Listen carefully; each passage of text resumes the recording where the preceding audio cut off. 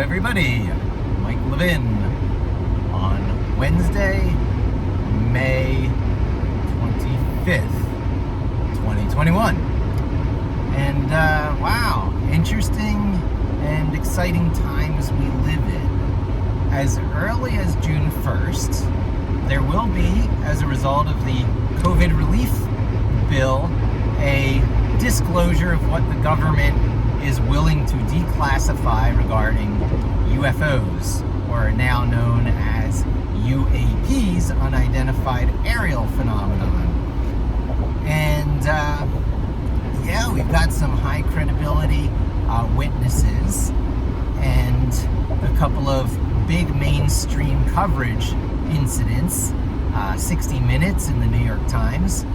A couple of months ago, near the beginning of the year, I actually registered the domain Tictac UFO Sightings.com, figuring I'd ride this wave. I've put something out there as an SEO. It's an area of interest of mine, and grab some of this traffic, maybe help direct some of the conversation, because I've got ideas about it. But between being fully engaged with my kid and work, and my wife, there just isn't so much time for side projects. It's a funny thing. Once getting married and having a kid, all these kinds of, side hustle, hedging your bet things don't take as front and center stage as they once did in your life.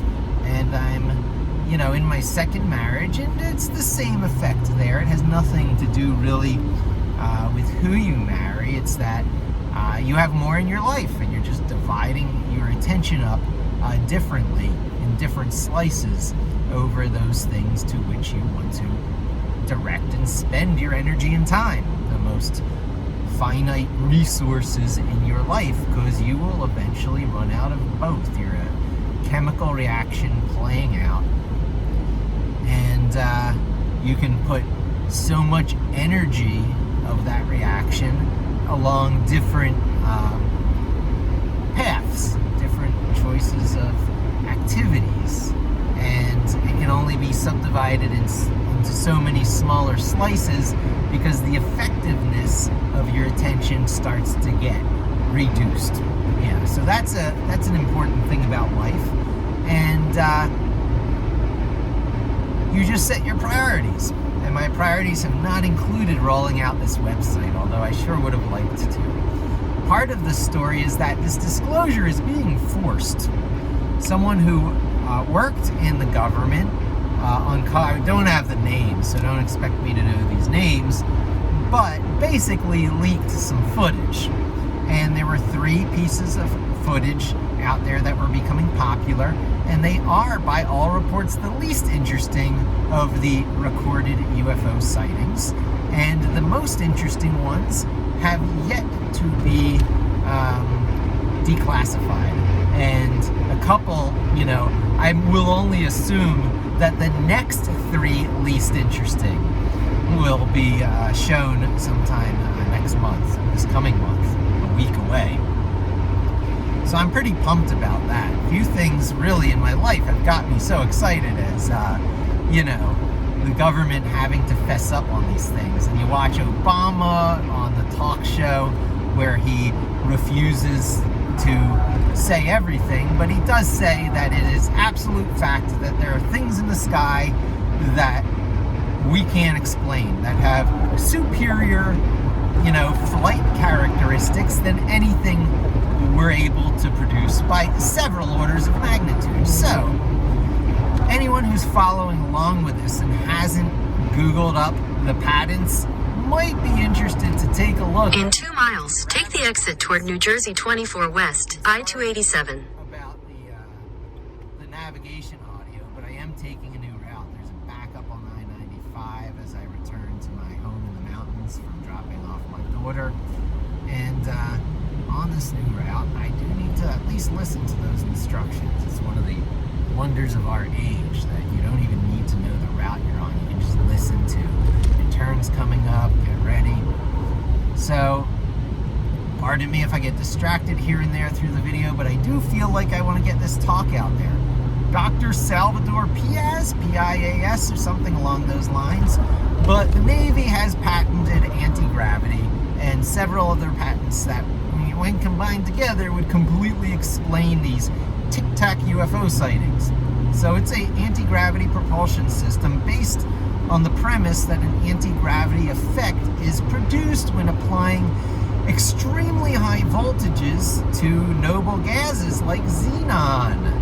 So you take a container and fill it with xenon, apply an electric current in the direction, or I guess the exact opposite, I'm not sure which, but directionally within this container you apply high voltage currents, which will of course produce plasma, just like, you know, those plasma bulbs that you can touch, the psychedelic things. And you know, plasma is everywhere. It's no big deal. It's just another form of matter you're unfortunately not taught about in school, but it's a higher... In half a mile, take the exit toward New Jersey 24 West, I-287.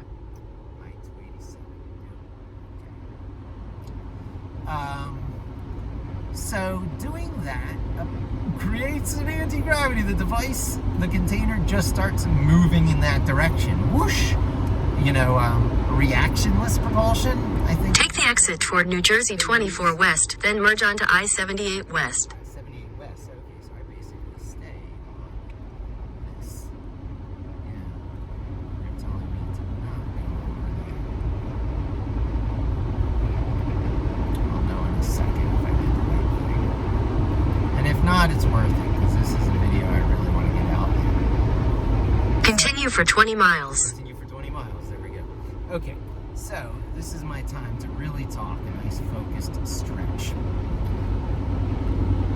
There are plenty of anti-gravity theories out there, hypotheses that are able to be tested, but in the public information, they have not been reproduced.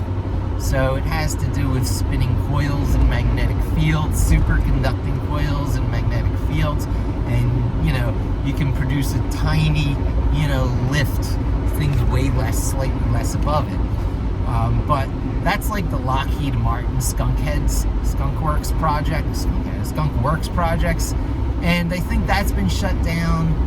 And this other one is so strange, so far beyond anything else, claiming that vehicles based on such a propulsion system are indifferent about the medium they're in, as they would be. They're reactionless. They're going based on gravitational effects, so it works equally well underwater or outer space. So all the nutjob conspiracy theories pop up going, oh, if we've had this kind of propulsion for a while, we have bases on the dark side of the moon, and maybe have since World War II, and they're Nazi, you know, all kinds of ridiculous stuff.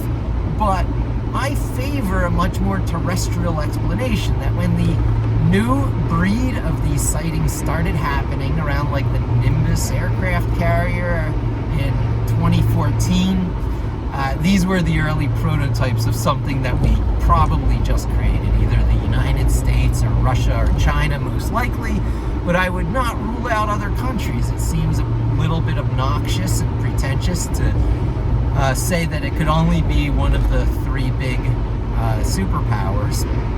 However, I guess the odds are it probably is just as likely us as it is Russia or China. And the places these have been spotted is over the ocean mostly, and, you know, by military personnel, you know, around military vehicles. So it could be spying. It could be the Russians or Chinese just outright spying on us. Where would you know, want to observe things more than like troop movements where the nuclear missiles are? So there's that. And there is the actual description of these things. They're not just, you know, tic-tac, you know, oblong cigarette things flying through the air like from the 40s and 50s. No, these are very precisely tic-tac shaped things about the same size as the fighter jets that spotted them, and they can hover, they can make really rapid 90-degree turns, because, you know, they're oblong in shape. And so this is a natural shape that we would take, that someone making these things would use, because first, since you're not worried about aerodynamics so much, you're not trying to produce a lift, you start with a circle because purity and stuff. What more simple shape is there than, you find a center and you go out from it a certain distance in all directions. That's the shape you start out with. And we've spotted a number of that shaped UAPs. However, this oblong type seems to be more common or nefarious or whatever talked about, Tic-Tacs. And once you realize that you do have other considerations, you might not have aerodynamics so much. You want to keep it round. You want it, to be able to shoot through the air. But if you get resistance, you just apply higher anti-grav effect and whoosh you. So you're not going to use a cube. You're going to round off the corners.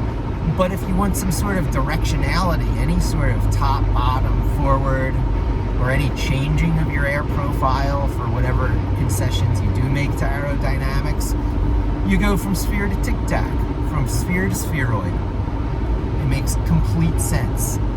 And so, why haven't these things been around before if we've, known the theoretical technology?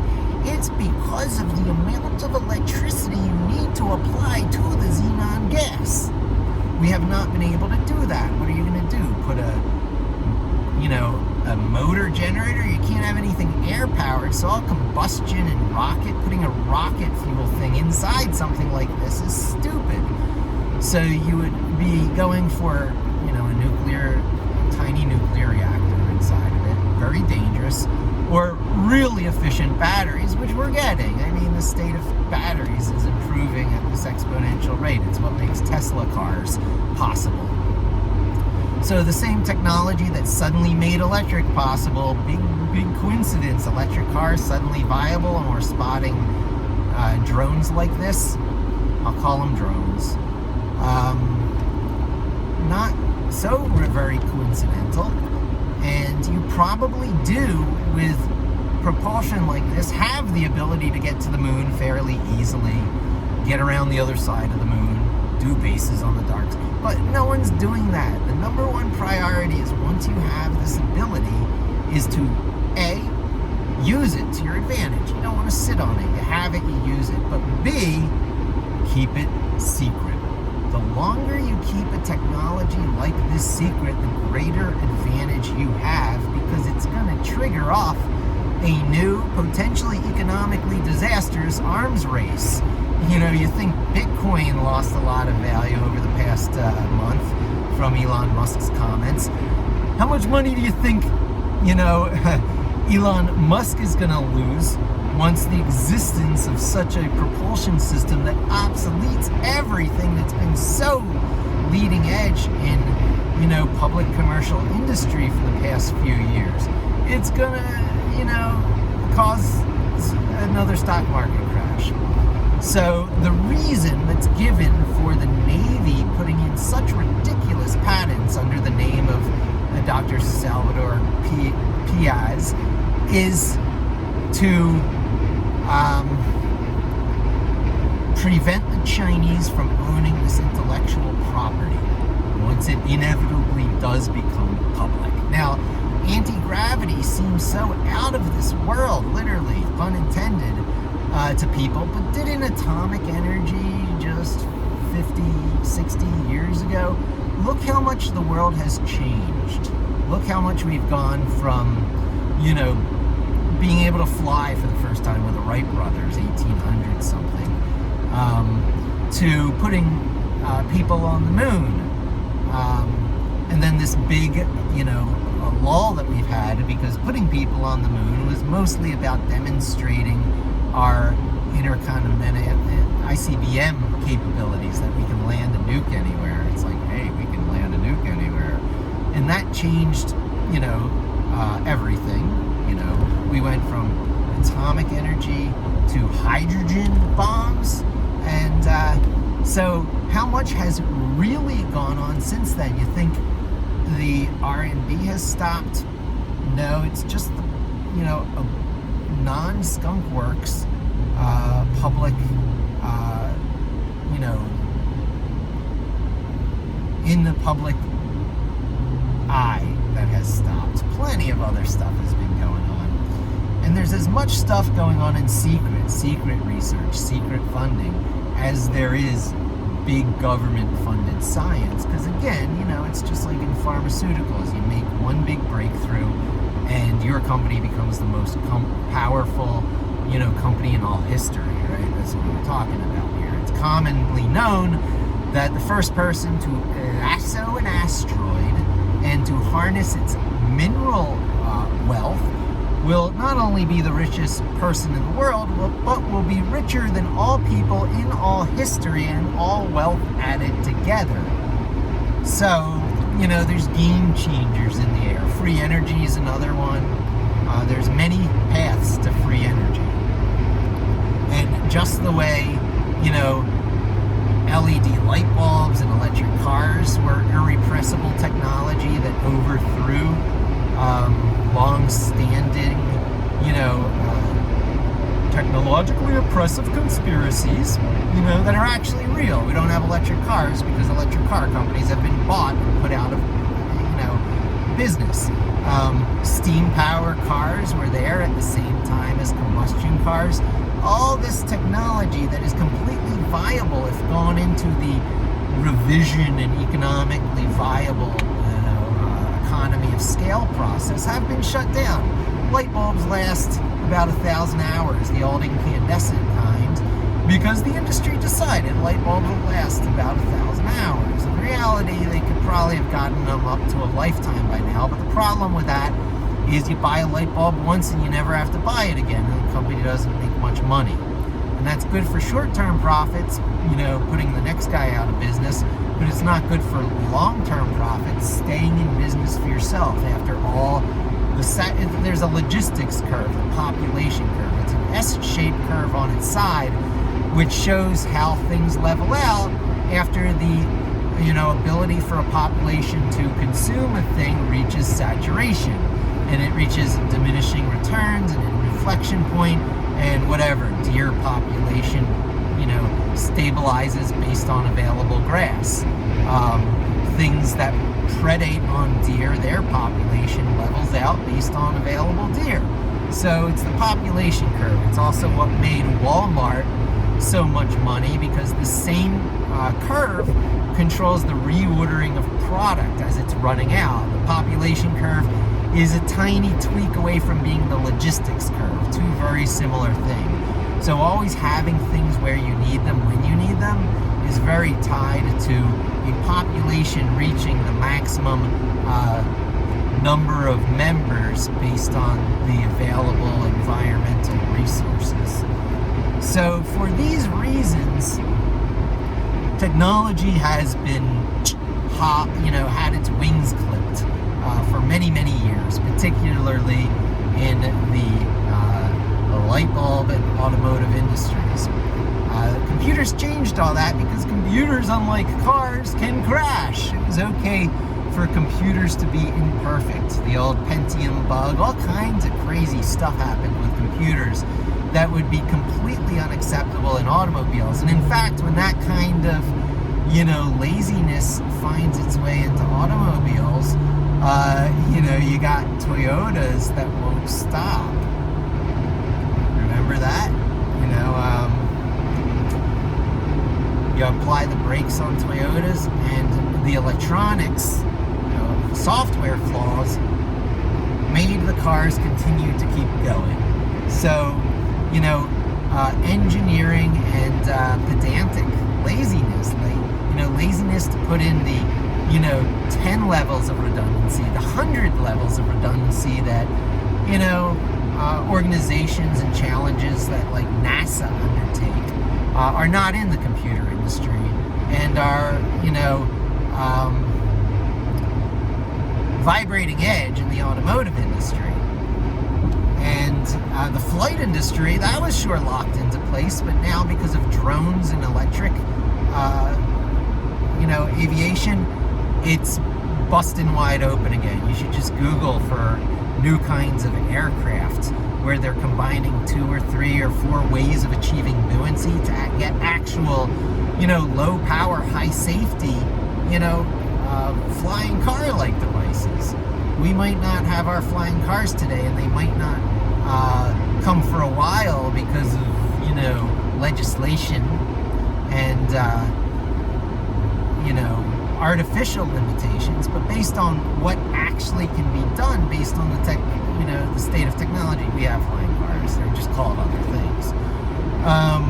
And they're not in use every day in place of our cars. So that brings us to where we are today. It's irrepressible. Technology is irrepressible. You can't put the genie back in the bottle.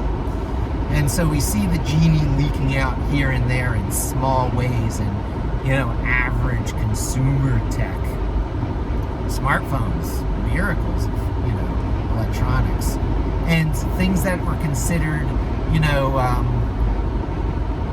holy cows, things you would never touch, are being cast away as old dogmas.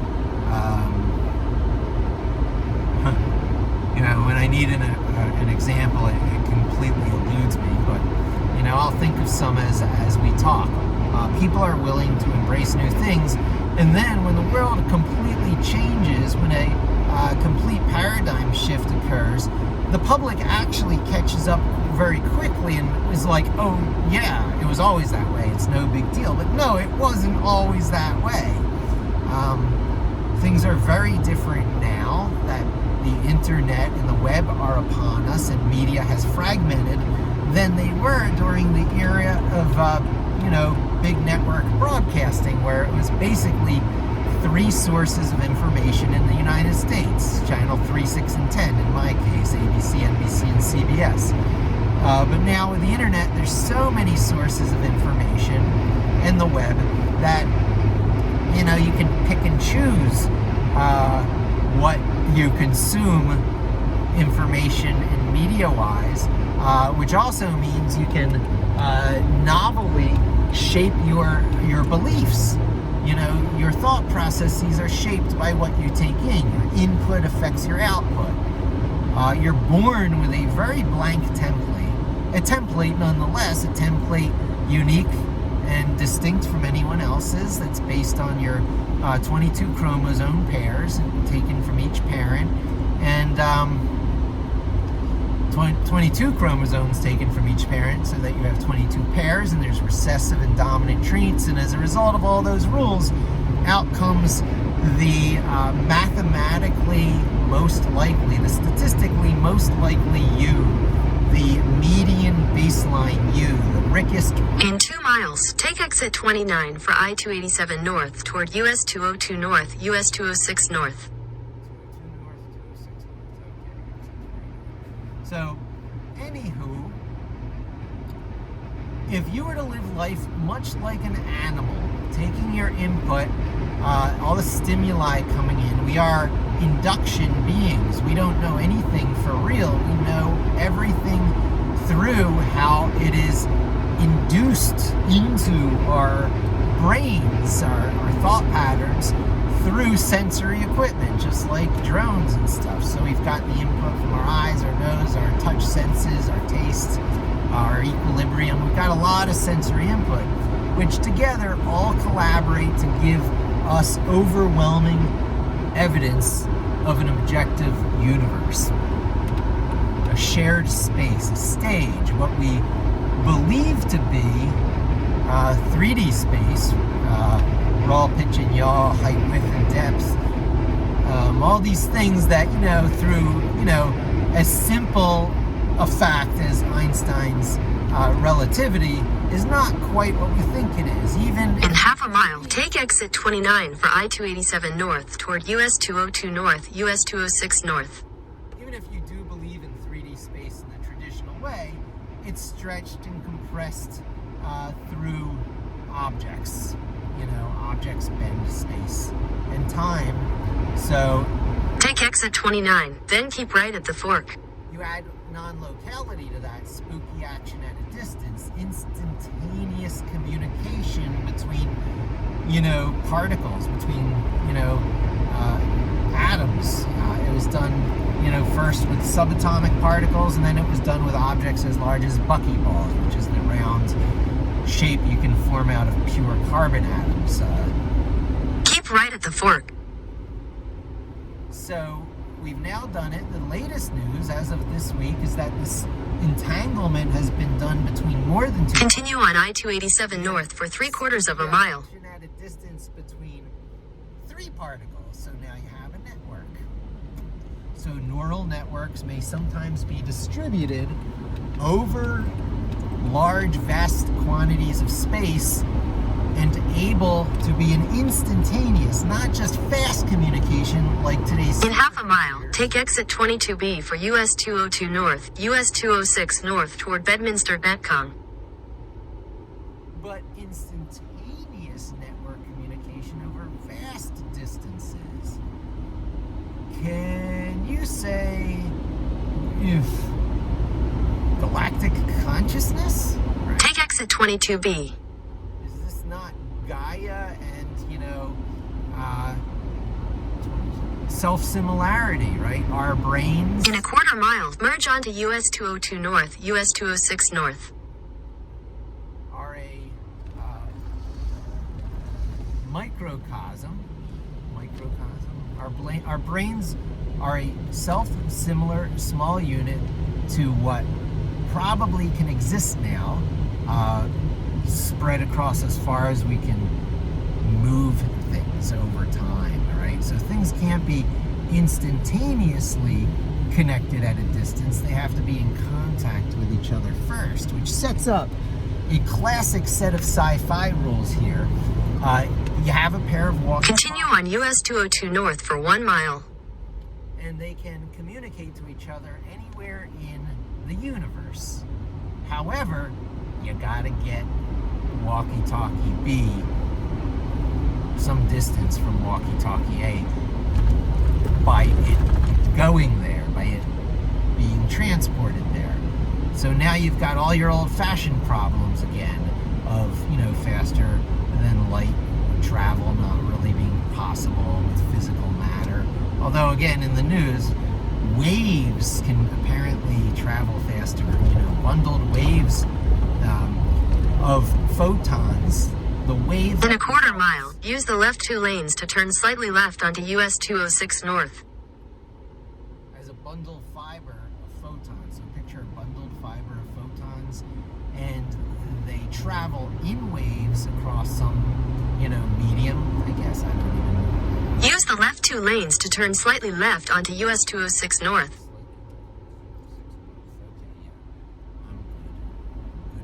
Continue for 17 miles. 17 miles, okay, we'll be able to talk. So you can create very large instantaneous communication devices spread over the galaxy, which is, once you get outside the galaxy, there's other mini galaxies around us. You might be able to get them over to there, but forget the next galaxy over, Andromeda, maybe. And even if you do get to Andromeda, then you're in the, neighborhood of galactic clusters, and you could never get outside that galactic cluster because the weight to get something. But we'll learn something new by then and overcome that limitation when we encounter it. But we're talking many lifetimes. We'll be a different species several times over by then. But however, what we're talking about right now today is still very fascinating. So non-locality, the fact that this kind of instantaneous communication is not really communication yet, it's just affecting each other. We haven't learned how to use it as communication yet, but we're confident.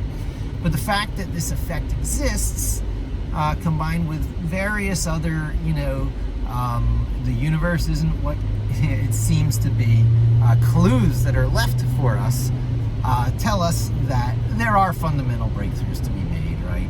And it wasn't a long time that one of these fundamental breakthroughs brought us from the pre-atomic age to the atomic age. I got an asshole on my left, sorry, pardon my French. He sped up aggressively to keep me from merging into this lane. Let's see where he's from. Oh, Jersey, interesting. So,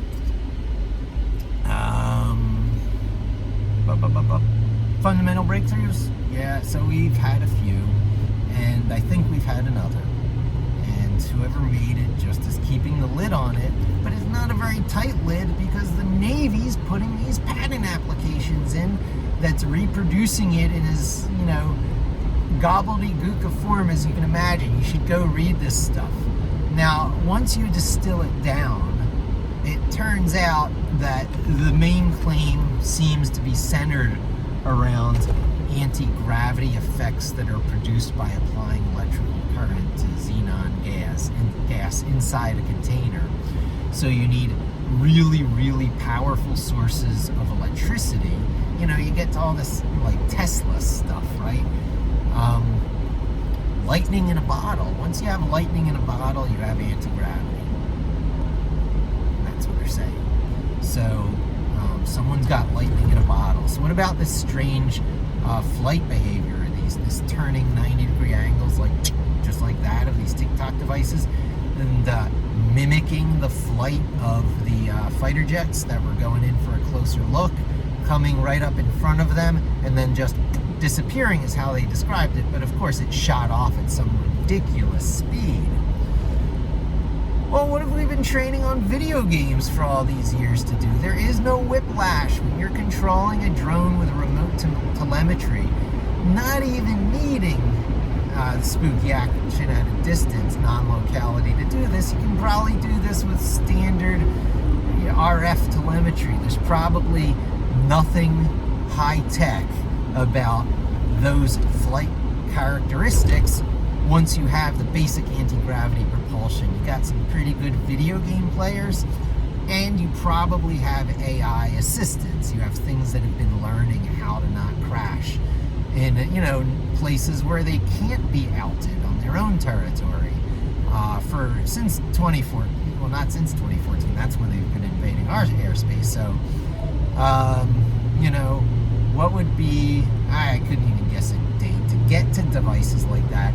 At least 10 years in development, maybe 20 or 30. So let's say 30 years in development, 2014. So that brings you back, let's round that up to 2015. So 2005, 1995, 1985, 85 to 95, 95 to 2005, 2005 to 2015.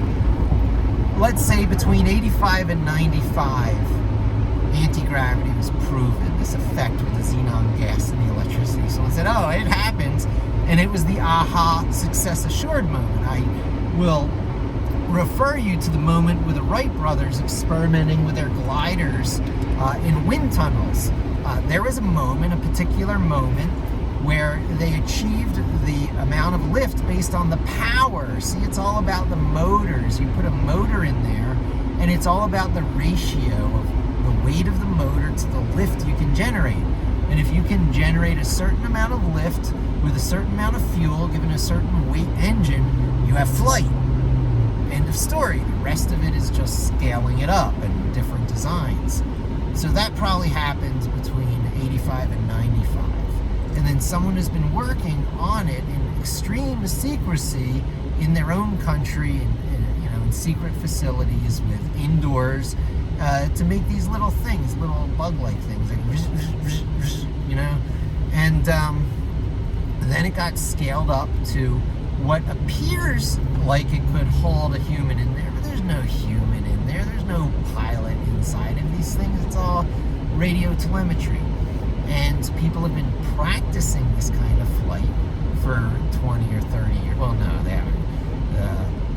Once they put, teleflight stuff in there, virtual reality helmets, sensory equipment, tying human reaction to its flight capabilities, those people have been practicing for about 10 years at least.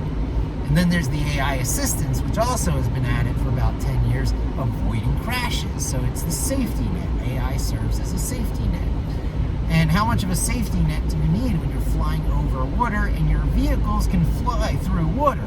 Sure, the amount of resistance you're encountering through the air is vastly lower than it will be once you enter the water, but AV propulsion is AV propulsion. It doesn't matter what you're in. If what you're flying through doesn't, kill you somehow through radiation, and it's just another,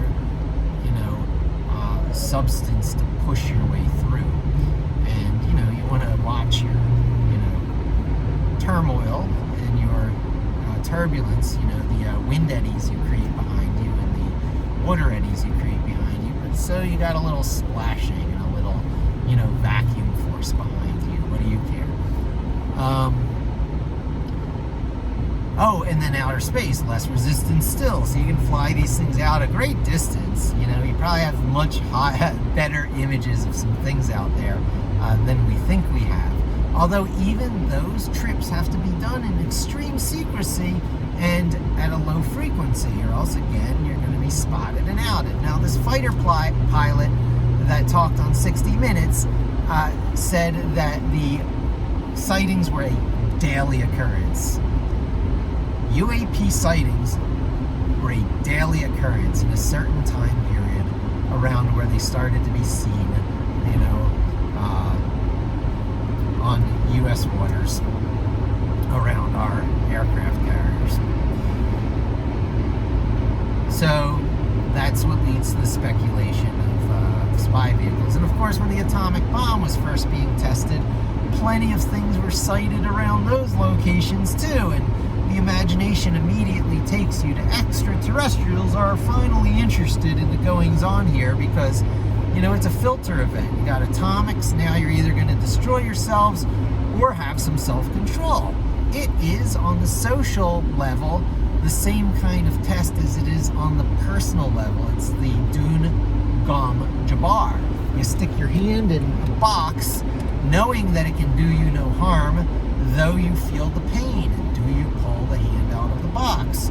If you do, you're still an animal and you are not fit for ruling other humans. You need to be a human to rule over humans, and only a human has free will. And only free will allow you to keep your hand in the box knowing that the pain is not real. A test of free will in science fiction, right? Could that have been mathematically determined that an entity will exist whose feedback system will be giving them all input indicating they are undergoing terrible bodily harm, being mutilated. And through sheer force of will alone, you do not react. You do not do the standard reaction of the animal, which is to draw away, to withdraw from the source of the power, of the pain power. So it's very likely that human will gets expressed most where we overcome our emotions. You'd think it'd be the opposite. To be human is to have emotions, and it's true, but animals have emotions. You can see it in them. And emotions are something that can be mathematically calculated. Certain stimuli will cause certain emotional responses, and so you have a much more statistical likelihood to be able to predict and calculate the outcome when it's emotions. When you override your emotions, the ability of some cosmic calculator to see the predeterminedness of your situation starts to fail. Hence the multiverse, splitting off multiverses based on decisions thing. Well, probably BS, because lots of things can override their emotions. You see cats think. I've been a cat owner for many decades, and you see them think. You see them respond to more than just emotions. I can't prove it, but that's my belief.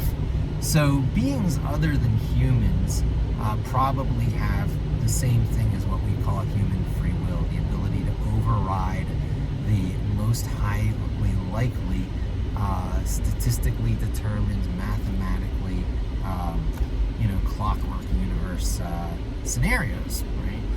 I might sound like I'm rambling a bit here, but there is no issue, there is no question in the human condition at least, bigger or more UFOs. Forget UFOs, they exist, they're out there. UFOs exist, alien life exists, but probably not in the UFOs we're seeing, right? Green and purple slime everywhere. Amino acids, we found them on asteroids. Tardigrades can survive bullet speed impacts and radiation. And, you know, extremophiles that we're aware of are probably nothing compared to the extremophiles that have happened all throughout the universe.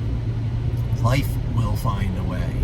And amino acids are the building blocks of protein. Proteins are the building blocks of everything, including our bodies and the DNA and information instructions and protein folding factories. So the stuff of life and the primordial ocean trick, probably everywhere.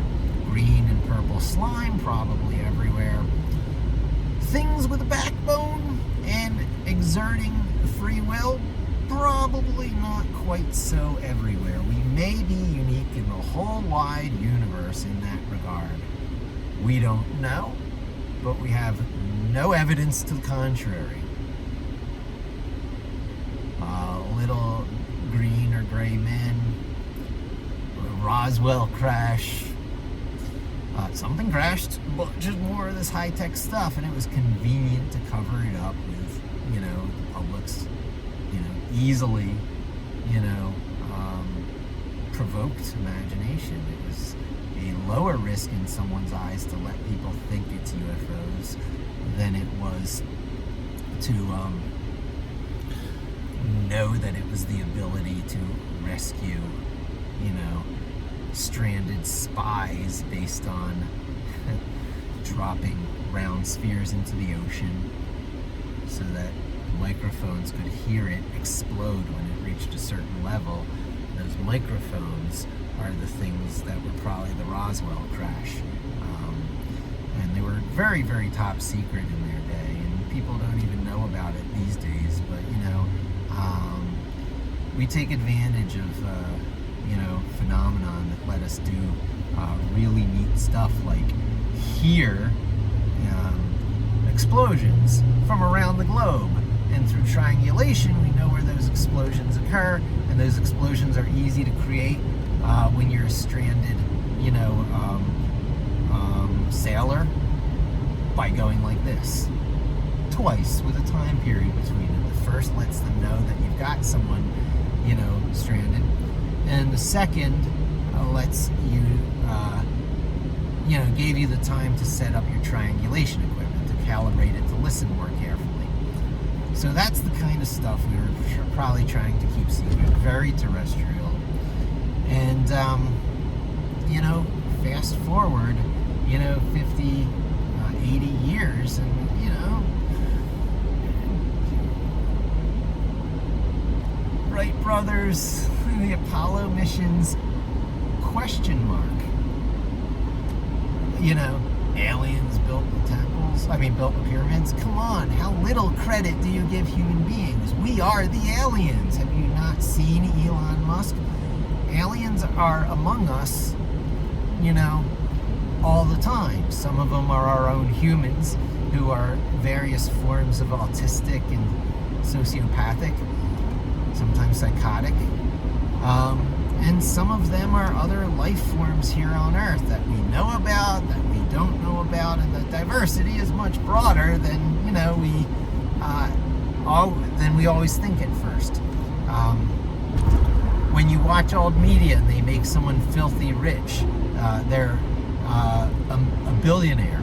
That sounds like small pennies today. We always underestimate by several orders of magnitude how fast things are going to change, what compounding returns can create, inflation, technologies that reinforce each other, that accelerate each other, energy sources and propulsion are a classic example.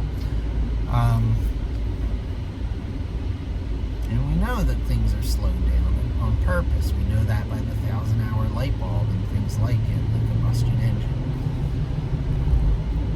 Where to go with this? Well, yeah, I basically clocked in. I basically made my excitement for hearing about what's going on. You know, not that I think we're going to find out aliens exist, because because, you know, even though they exist, they don't exist here on Earth in those drones.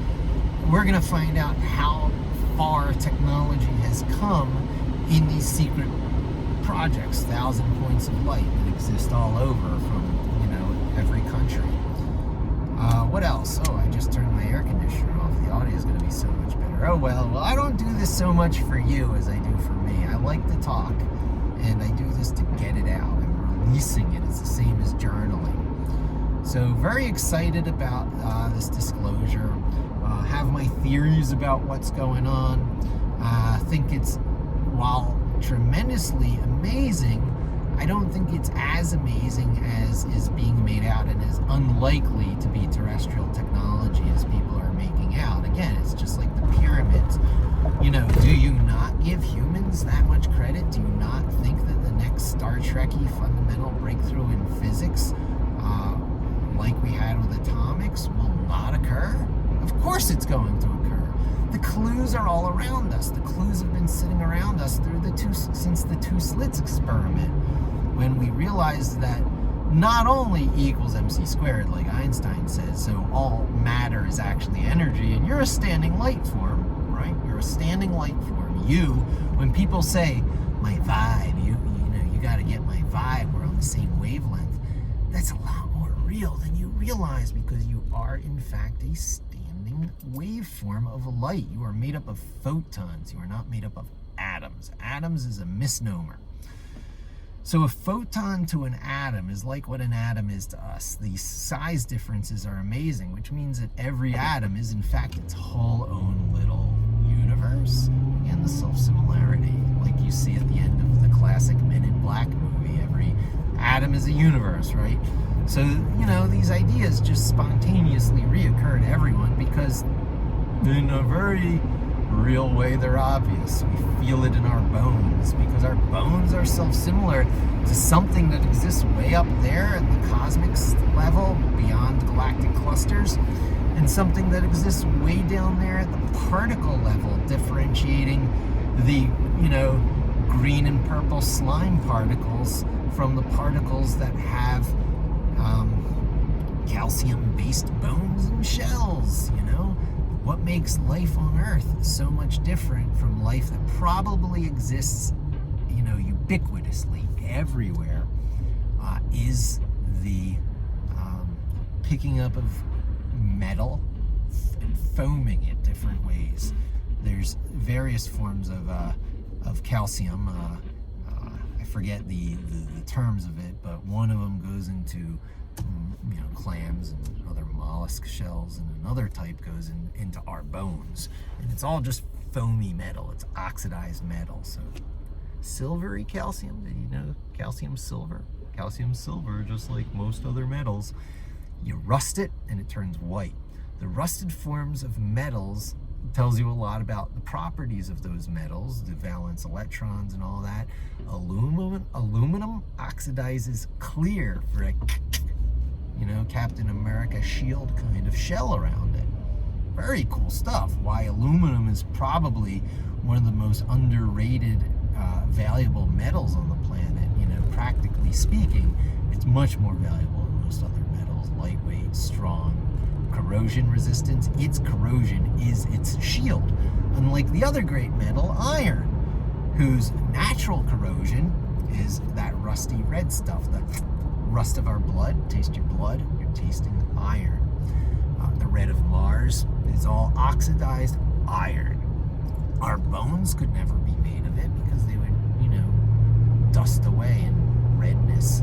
So, you know, our evolving, you know, small cellular cells looked around for things from the environment that it could eat. Somehow metal got into its body, and this metal being in its body was advantageous, and it learned how to pass it down. You know, and there's all kinds of things we're learning about how changes to a body can pass things down generationally, DNA or not. It's how the genes manifest. So you may already have latent traits that only just get activated from certain foreign bodies coming in. So, somehow or other, life on Earth got, foamy metal in it, and the rest is biology. Mitochondria got into our body, and the need to be purple slime went away, and we turned green instead. The chlorophyll process in plants, not necessary in animals, because animals carry around a little plant-like organism in their body inherited from the mother called mitochondria, a ring-shaped chromosome. And a chromosome is a bundle of DNA. It carries around everything in like wire-wrapped bundles. DNA isn't just strands floating around in your inside your cells. This is stuff inside your cell walls generally, not outside the cell walls in your bloodstreams and the plasma, different kind of plasma, so much as stuff that lives inside of your cells. So what lives inside of your cells? Of course, your cell has a nucleus, like you learn in school, which is where, the DNA instructions are, and then it's got a wall around it to protect it, the cell wall, and then it's filled with a fluid, not terribly dissimilar to water, but different enough to have the, properties it needs to not, chemically react too much.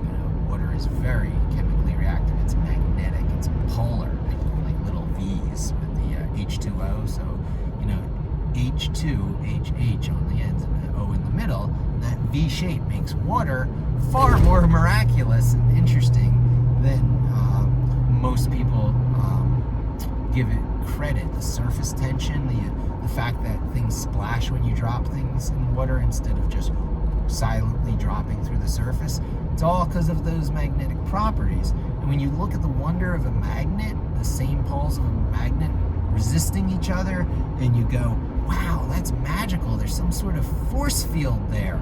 The universe is different. Another clue, by the way. The universe, and this is the stuff that Faraday observed and said, hey, yeah, things are different than what we see.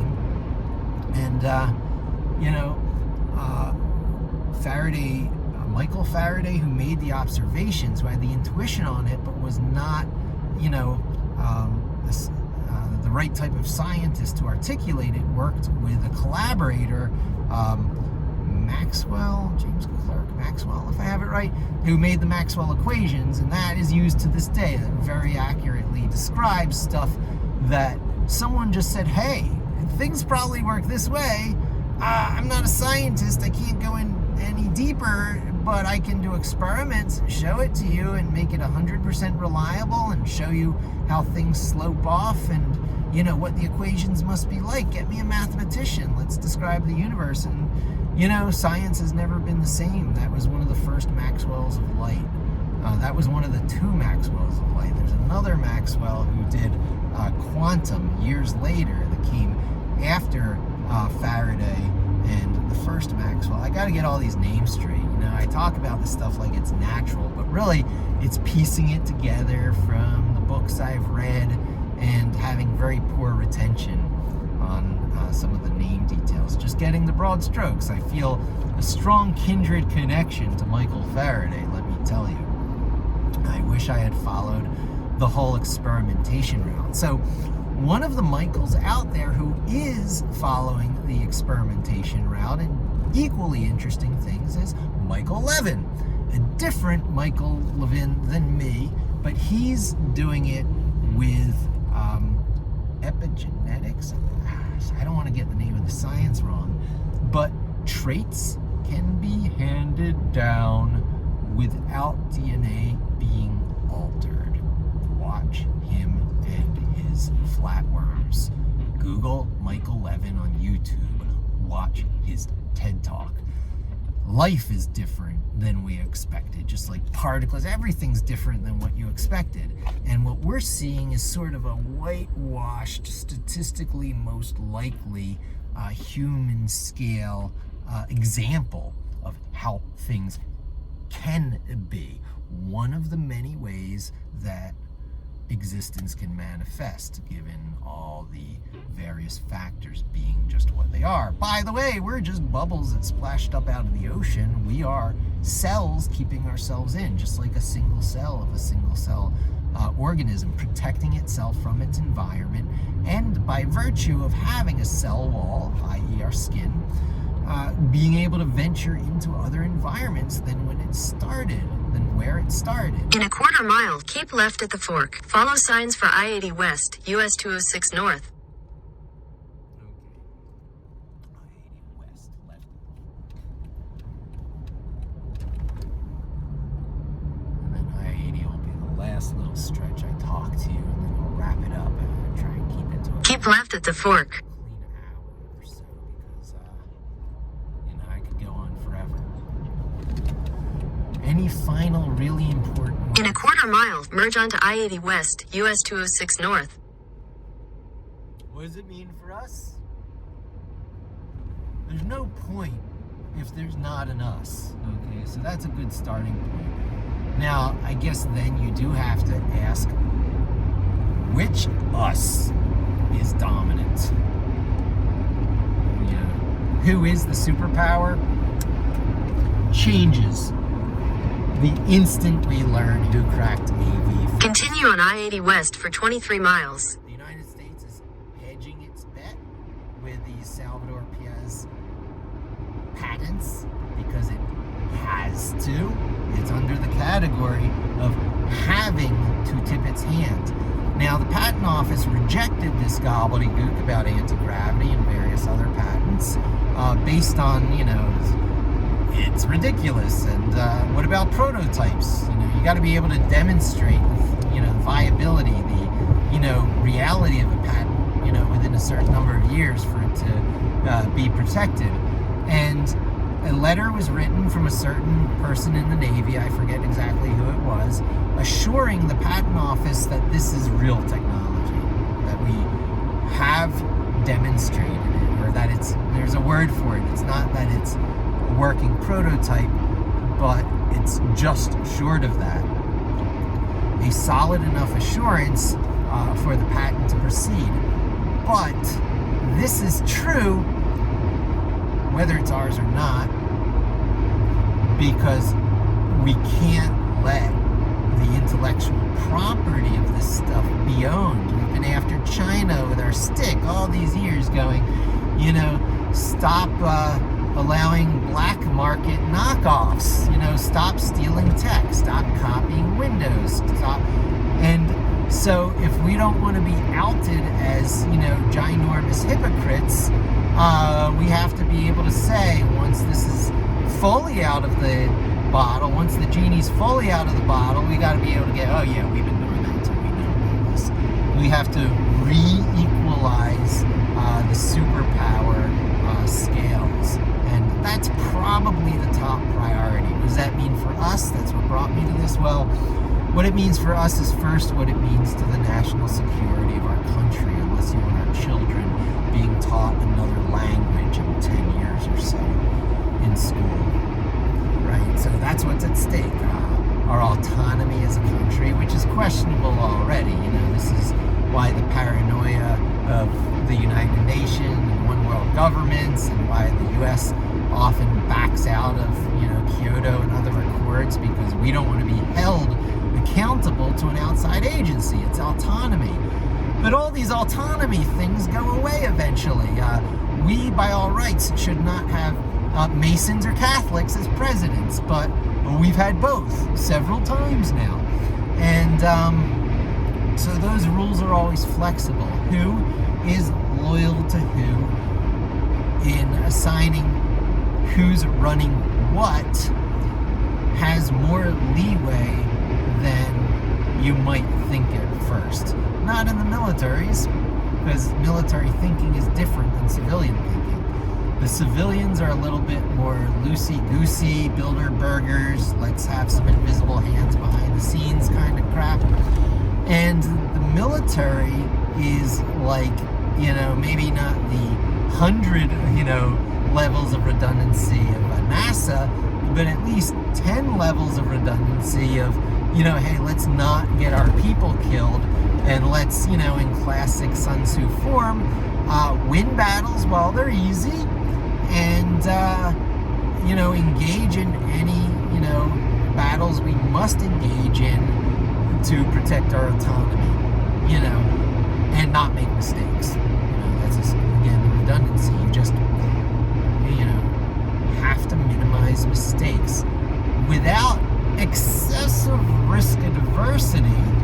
Therefore, most things that are known must be committed to muscle memory, so that the excess capacity, Army soldier of one, all that stuff, excess capacity can be spent on assessing and making decisions about your current situation and how it deviates from standard. Because anytime things are in that average distribution center line, muscle memory will serve you well. It's only when the situation gets knocked off center that you have to start to think and apply,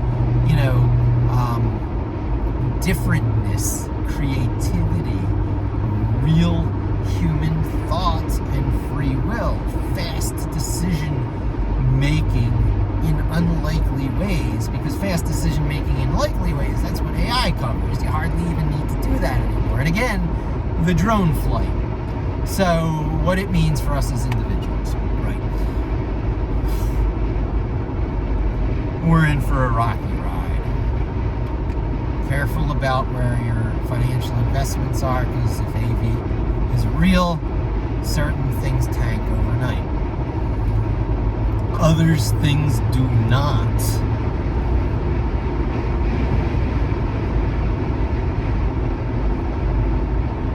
AI-assisted flight here means that, AI has come along the long way, but that's no different than other places, right? So that's the same warning as always. Learn how to be creative. Learn how to use your brain. If this is the Truman Show, you must drive them insane. Be unpredictable, but don't be ridiculous. Don't be careless.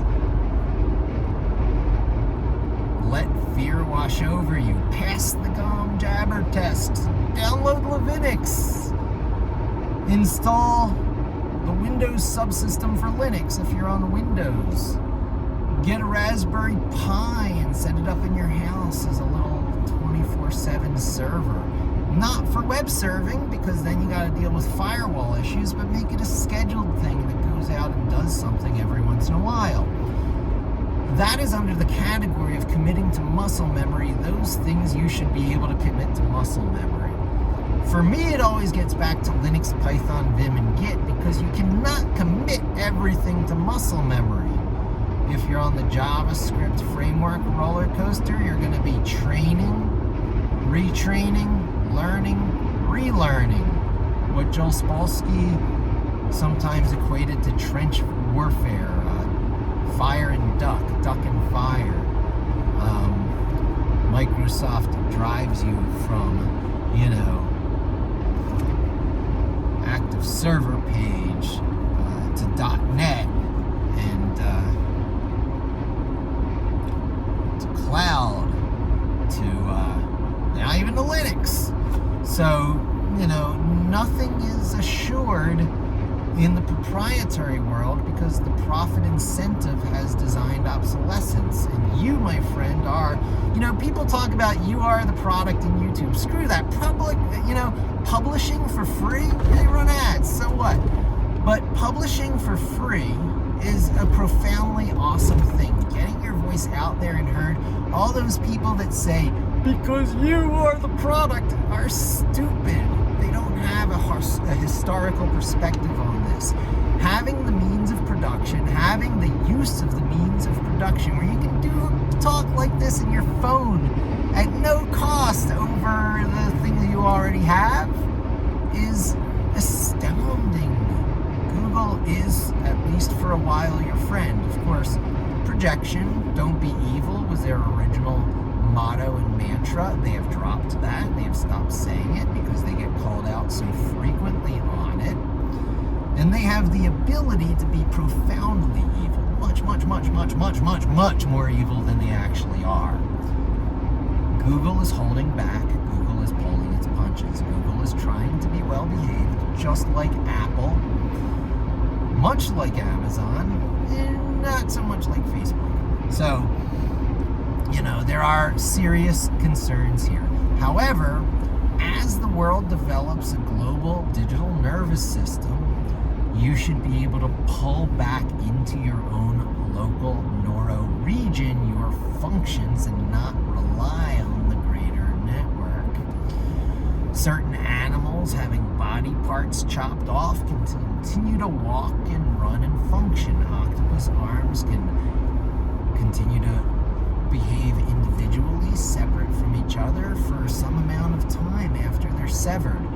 The brain isn't all where it's at. We obsess quite a lot about the neocortex, a certain area up here that obviously bulges on our sorts of primates in ways it doesn't on others.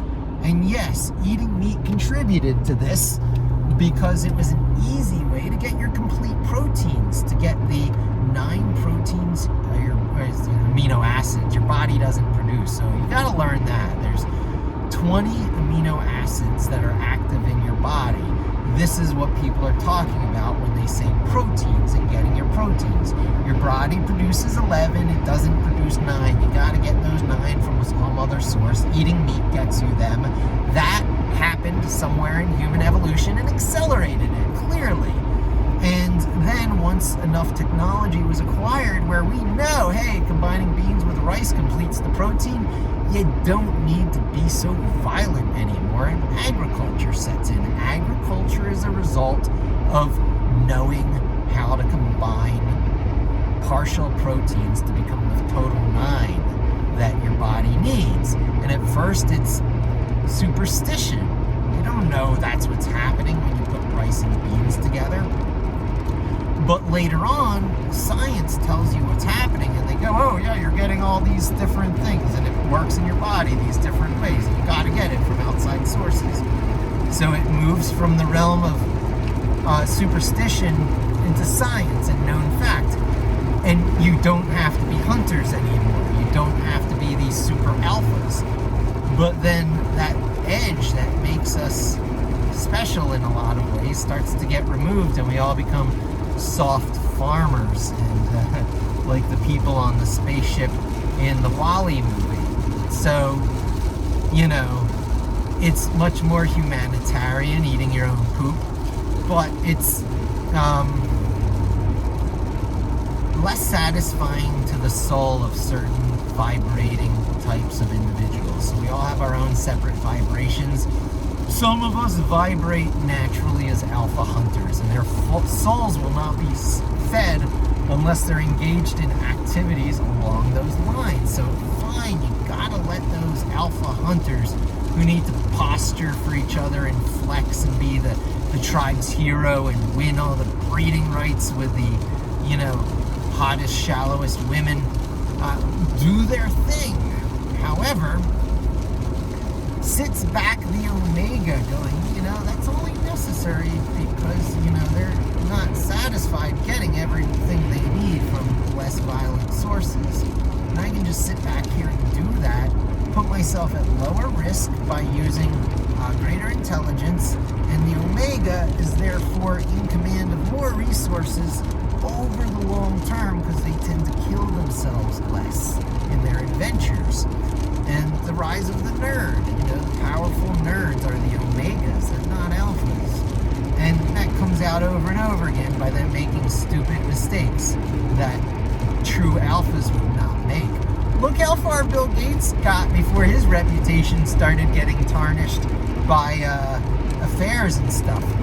But until then, he was like the world's, as much as you wanted to hate him for inferior Windows technology, he was nonetheless the world's Boy Scout, billionaire, philanthropist, teddy bear, malaria fighting, COVID prophetic, endemic prophetic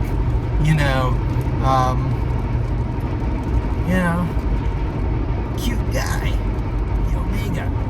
But Omegas are flawed. When a blue circle poses as a green arrow, and a fuzzy blue earth type, when a yin puts on their red armor, Iron Man, red tornado, the variations of red armor are endless. When they put on their red armor shields, it works pretty well. However, they're blue circles underneath, and they care more about what people think. They think more about what people care about. They are in it with others instead of in it alone, like Green Arrow alphas tend to be. And the blue circle people can keep it up for a while, but ultimately usually end up killing or destroying themselves in some unexpected way because they're going against their essential vibe. However, when they do, they change the game. Fuzzy blue circles who pose as green arrows using red armor change the rules because they change the hardware. That's why Intel is taking such a nosedive overnight, because the transsexual, Brits changed the rules of the hardware with the ARM architecture. Over time, flowing like water through mobile, around, and consuming, and displacing, and eventually climbing up till the performance characteristics are no different than that of the high-end Green Arrow Alpha, Iridium or titanium processors, whatever this stuff is that gets there first through high power muscling, and the stuff that gets to that same level through kind of you use the metal you need and everything is custom, and you got to deal with that customness for a while and put it in a lot of different hands to see how they artistically use it. Let the best, practices bubble up.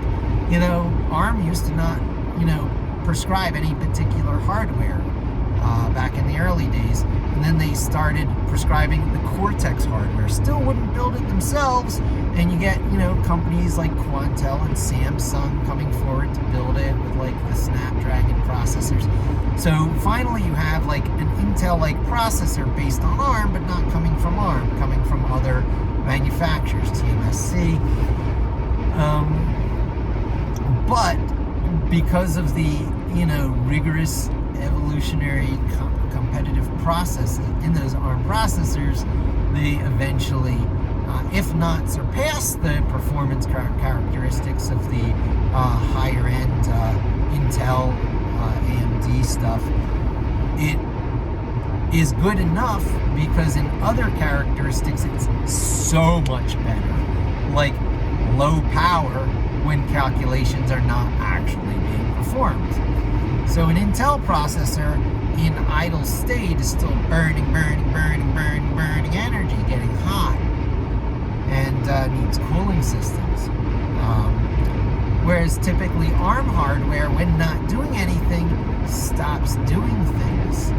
Less electronics being pumped around, hence less heat, hence less energy being consumed, hence a better energy profile, so it's better in things like mobile, which works its way up through tablets and then to laptops and server farms because of cutting your electric bill and so on. So, I could go on like this forever. We're coming up on an hour and 15 minutes. I think I'll probably wrap it up there. Anyone who's followed me this far, oh my God, why don't you comment? Tell me if you like, what you dislike about what I'm saying. I'm no particle physicist, but I am a frustrated Michael Faraday.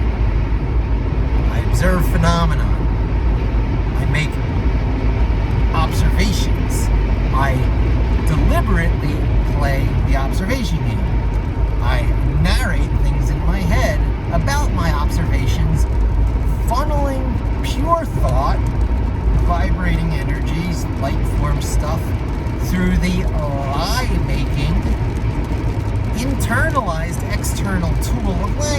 born without language, born with a capacity for language. It's part of your hardware template. It's part of your vibe. Humans, the vibe of the human set by the DNA of your 22 chromosomes is predisposed to learning verbal languages, written languages, sign languages, all kinds of languages. You're just predisposed to it. And the final mile is put in as external software. It's a tool. It's an information tool. The English language and every other human spoken language is a tool. And as a tool, it creates rules that are artificial. It's full of compromises and has certain flexibilities and inflexibilities, more flexibilities than inflexibilities, and hence the art form of law and accounting. Law and accounting are much more creative practice fields than one might think. It's the law is the law. Well, no, the law is the law if you have enough money to make the law you need. Same with taxes and accounting. So, the rich are advantaged. The rich have an opportunity to exercise being human more than the poor. The poor have limited resources and therefore given the opportunity to try something, to do something, to go somewhere. It's one of the few such opportunities they will be presented in life. So they're full of fear, and they don't have the body confidence, and they don't have the muscle memory, etc., etc. Whereas rich kids can mess up and try again, and if it doesn't kill them, it makes them stronger and smarter and better. Consequently, this creates a unjust righteous feedback loop, making the smart look richer, saying things, well, like they could do the same thing I did. And it makes kids with just a little bit more advantage growing up who have that aggressive green arrow edge, being billionaires several times over.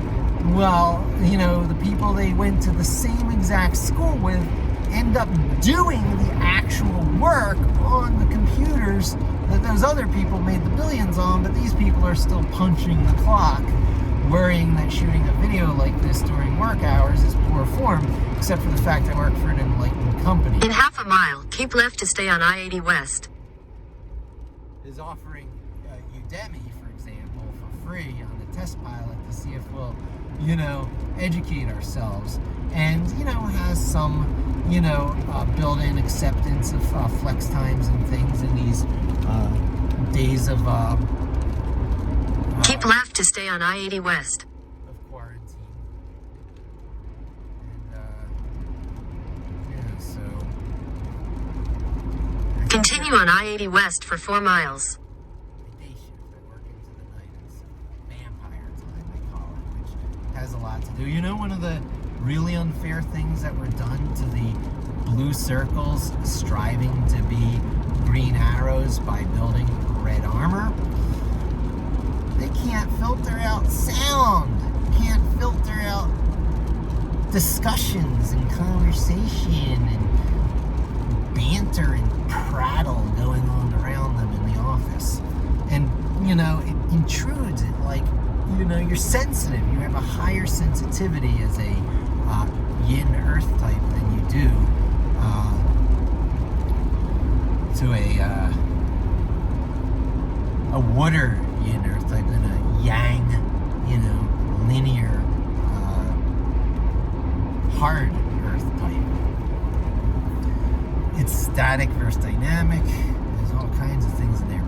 But as a softie, as an old softie living in the calloused world, you're told just put headphones on. All offices were taken away from everyone. Like, it's just a trend that happened in business. It's cheaper, it works, it's more dynamic, you can move around. So mostly offices have been taken away, and the people who need them most are the poor, sweet,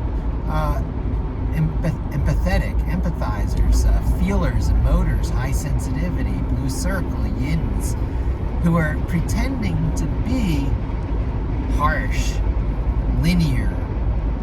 purposeful hunter Green Arrow types in the corporate business world, putting on their earphones, trying white noise, playing music, but music is just as bad as white noise. It's all terrible, and as soon as you put headphones in and have to turn up the volume, it's terrible. You're lost. The bullies have won. So COVID was a wonderful example, and lockdown and quarantine was a wonderful example of that type of winning, because they could take their headphones off. They could focus. If their home environment allowed it, I pity the blue circle who has to be all red armored up at work and at home. Boy, I was that for a decade. And now the bullies have been bullied. Every person in business who said, no, you can't let them work from home. Business will collapse. It will ruin everything. You have to be in the same place. That was about control. That was bullies controlling you. I was in an enlightened situation where my boss let me work most of the week from home, just coming in to check in, get my FaceTime. And then this happened, so I was perfectly prepared. So I am, I am one of the beneficiaries of this situation, there's no doubt. I wouldn't be living in the mountains doing zip lines and trampolines like I'm doing, and campfires at night. I camped out in my backyard with my kid last night. I put up a tent. I camped outside. We had a fire in our yard. My kid was zooming down the zip line, jumping on. It was wonderful. I would have never had this opportunity unless I became wealthy, unless I overclamped myself into Green Arrow mode successfully earlier. If I was richer, maybe I would have. In a quarter mile, keep left at the fork to stay on I-80 West. Because I started out poorer than other kids. My parents could not indoctrinate me to the ways of wealth and power. Then my dad died. His business dried up under him. He had to buy his own. Keep left at the fork to stay on I-80 West. And deal with the security issues of a check cashing organization, which is basically like running a bank in person. Continue on I-80 West for 1.5 miles. All the, getting robbed concerns of a bank. That's what he was doing when he was like 60 years old. It was so sad. And when he died, I took that over because it's like all my dad had to leave me. And it was, I stepped into it foolishly. And then my mom went crazy, literally crazy, diagnosed paranoid schizophrenia, the works. And it was because of a thyroid imbalance, and it could be fixed like that. But she was unsatisfied with the medicine because it took the edge off. That manic thing that the manic depressives like, I know it's not the politically correct way to say it, but whatever you want to call it, people who have mood swings, they like the highs, and the lows are terrible. And the mood stabilizing medication takes the edges off both the highs and the lows and stabilizes you. Well, you miss the highs. The high are a high. So you go off your medication. So then you're a yo-yo psychotic. It's really nuts how the body works. And I was so mad at my mother for going off her medication. In half a mile, take exit 309 for US 209 North, Pennsylvania 447 North toward Marshall's Creek. With very little empathy for what she was going through, but it was tearing me apart. So this happened to me shortly after coming out of college. First my dad, then my mom, and then where my heart really was. I could have been running Commodore by this time if they didn't go. Take exit 309, then continue on to Pennsylvania 447 North. I joined Commodore as a student intern when I was, 18 years old. Oh my God. And I got to know everyone in there, from the engineers to the business people to the marketing people.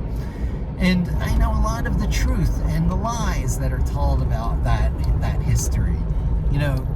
Commodore was killed by the marketing people. Only partly true. Commodore was killed by the people who continue on US 209 North for 3 miles. Insisted on backwards compatibility and were full of fear. So that's where I'll wrap it up. Dune. Do not succumb to fear. Let it wash over you. Embrace your mistakes. Don't get killed by your mistakes, but don't back away from either. Imagine fear of the Jabbar box. What are you doing, by the way? Watch the upcoming movie. A lot of channeling of truth comes through Dune. Star Wars news. When the imagined fear of the Jabbar box turns into real fear of danger of life and limb, do not shy away like an animal. Observe. If you shy away like an intelligent human. If you're taking risks, try and make it so that you won't get killed or completely wiped out financially, right? Hedge your bets and proceed accordingly. Surprise the observers of the Truman Show. You know, if it is all an act, if it's a virtual reality, if we're in the simulation, if it's the Matrix, whatever, it doesn't matter. It doesn't matter how many nested levels down of virtual reality we might be. Reality is reality. The point is creating something like what we call human free will. Let's just call it free will. If the simulation can surprise the creator, it's as valid of life as at any level, either up through the nested hierarchies, bigger or smaller, or sideways through the, quote, multiverses left and right and all around you. If space is infinite, you got these. Surprising. Be surprising. Yeah, that's it. I can wrap it up there. Hour and a half. I like it. Thanks for joining me. Hope to see you again soon when we know a little more about the nature of our world that we live in. And don't forget to subscribe.